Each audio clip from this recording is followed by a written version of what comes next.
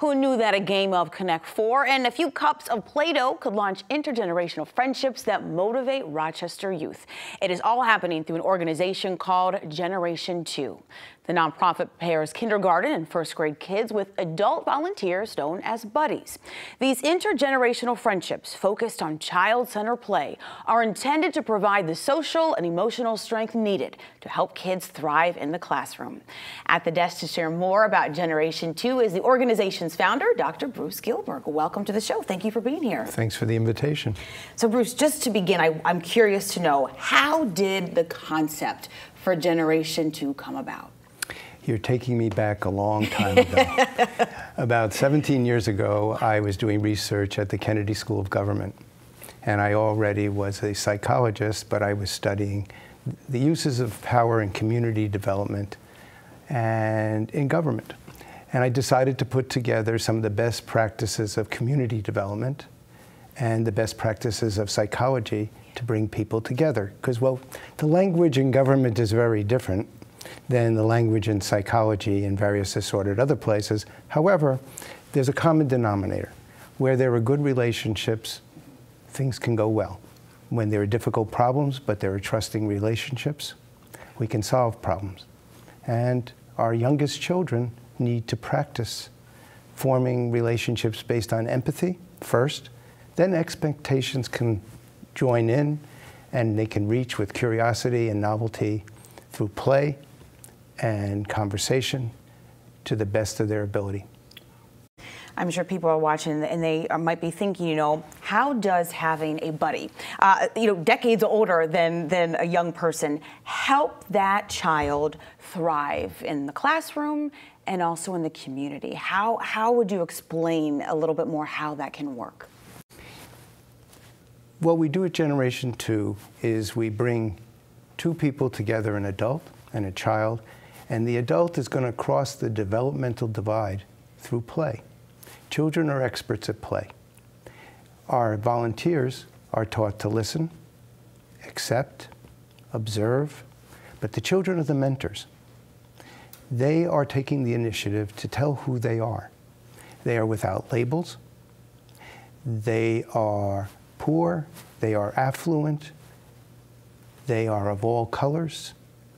And the common denominator is an empathic relationship that starts to support the rudiments of autonomy, making a difference in your own life based on what you believe as a 5-year-old or a 6-year-old. And we're not about to tell a 5 or 6-year-old what they should be at 10. We're much more interested in the present and who they are now and strengthening what they believe, what they know, and what they're curious about. And so when you have an adult that accepts that, actually creates an empathic holding environment for these children. They want to use more of that relationship to tell who they are.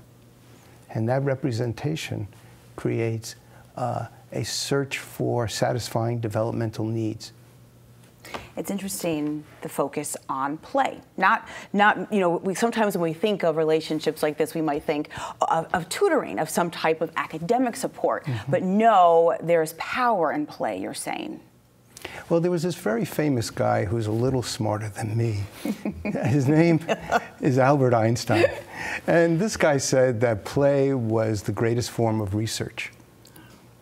And when you can pursue things experimentally without dire consequences, when you can create playful, fun-making experiences without being judged, then even the adults are brought back to a very youthful place in their life. And they like so much to know the children throughout the school year based on what they're being taught. And interestingly enough, our volunteers actually become Generation 2 ambassadors. They have this deep need to tell what they're learning from the children.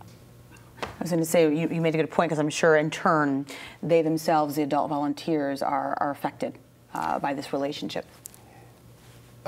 Generation 2 is a threefold mission: civic engagement or community development. The jewel of our organization are the school-based one-to-one relationships that are child-centered. And then what follows is child advocacy. And I'll give you one very good example. We have a retired volunteer who ventured beyond Generation 2 to go to another city school and start a STEM program, K through 6. But he uses the G2 model. So the relationships based on what children taught him from Generation 2 are the basic way he relates to all the children of every age all the way through 6th grade. And the children are very enthusiastic about learning science. Yeah. And by STEM, for those who don't know, science, technology, engineering, and math. That's right. Big emphasis right now in education. I want to know, in terms of the number of schools. So you're in a select number of schools in the city school district and a school in Fairport. So some may wonder, oh my goodness, this sounds incredible. Why can't we have this in more schools? Well, I have a board of directors that says, as idealistic as I am, we have to move slowly. This year we're starting in East Rochester. The goal of Generation 2 is to keep going across demographics. Children have different needs, but they all need relationships based on empathy and caring. It doesn't matter where they reside.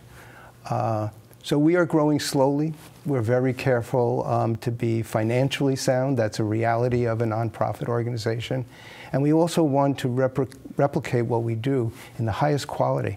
So, we have a wonderful executive director, Melanie Morose, who is very cautious about how far we grow, how far we stretch, and through her oversight and her leadership, we make sure that the quality isn't at all affected.